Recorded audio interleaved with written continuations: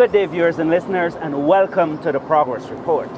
Today, we are not in studio, but we are on the streets of Georgetown, the capital of Guyana. With me is the president of the Georgetown Chamber of Commerce and Industry, who has been recently re-elected to this position. The Chamber of Commerce is enjoying organizational growth and an increase in revenue. What do you think is leading this growth within the business community in Guyana? We continue to definitely support startup businesses. The SMEs are the largest sector of businesses, which is amongst about 75% of our membership. Those are the members that need most attention. And of course, the Chamber now ensures that we are collaborating with not only the government of Guyana, it's the diplomatic community, it's the international bodies and other bilateral relationships that we've created over the years. You and I understand what SMEs are, but for the common person on the street, would you elaborate and let them understand what SMEs are? So SMEs stand for, well actually it is MSMEs, which is the micro, small, medium and enterprise type companies. The micro is the typical one-man startup type business. You would consider like the arts and crafts that you would see on Main Street.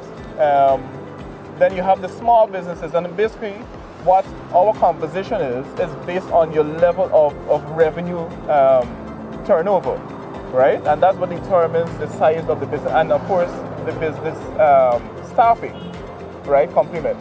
So that is what represents our MSMEs. Do you feel that the right mix of policies and incentives are being given to these small, micro, medium business enterprises to grow and develop and enjoy the benefit of this growing economy? Look, I recognize that there is some attempts to foster a better environment for and cater for SMEs, but am I satisfied? No, I'm not satisfied. Is there a lot of work to be done? Yes, certainly. I think the government can certainly add more and be more intentional in building out and catering for SMEs in Guyana. We are the backbone, because I'm saying me because I'm part of the ecosystem. I have a company that operates in the IT sector, and we're considered small, but we want to move to medium and even enterprise one day.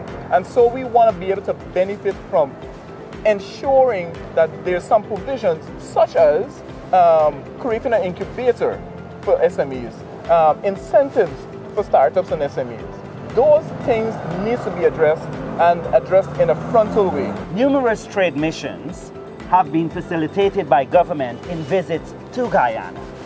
How is the Chamber and its members benefiting from these numerous trade visits that have come? The incoming delegations that you refer to, certainly we would have been able to allow our members to, one, have access to that information for them to be prepared for the incoming delegations, understanding the industries that they operate in, and to be able to network with them. Now, the challenge that we face is that there is a mismatch in terms of the size of businesses that are coming, that is seeking to do business in Guyana, and our current status quo. Again, we spoke of our SMEs. It's not necessarily our small size business that we have in Guyana. It's not necessarily small size that we have in international region, such as the US and other developed countries.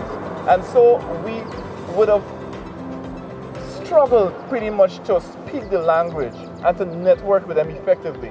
So what is GCCI's strategy? The Chamber's makeup is that we have 12 thematic committees which caters for all sectors throughout the ecosystem for business in Guyana.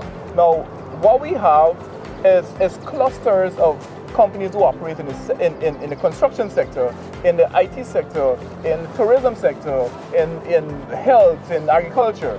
So what we're doing now is to encourage our members to start looking at doing joint ventureships, start talking about collaboration in a very intentional way, right? Because there's no way that you can operate and speak the language and connect with these international firms if you do not have the capacity.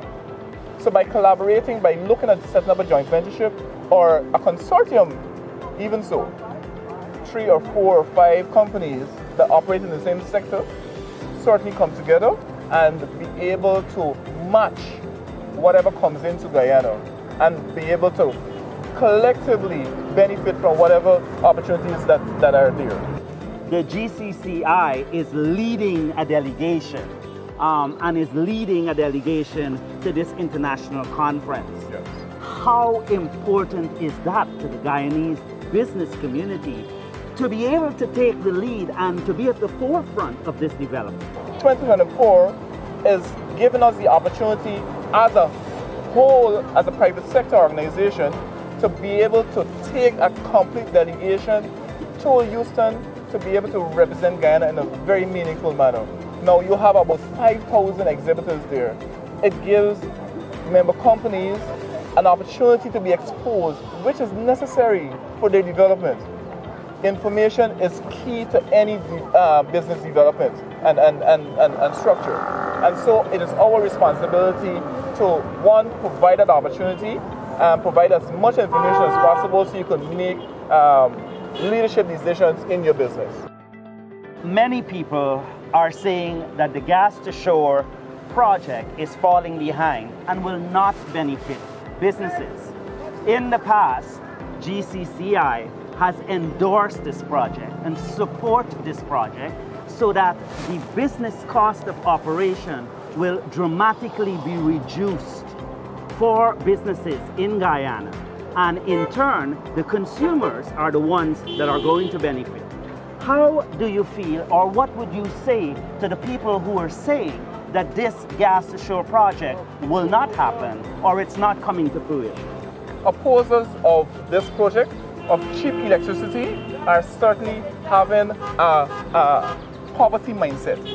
They are certainly not willing to understand, first of all, the information that's being provided for this project. It will certainly benefit all of Guyana, not just the private sector. Every industry has to develop. We talk about building out the manufacturing sector and the processing sector. This is where it comes to fruition. You have to support, and the GCCI stands very solid in our position, supporting the project fundamentally.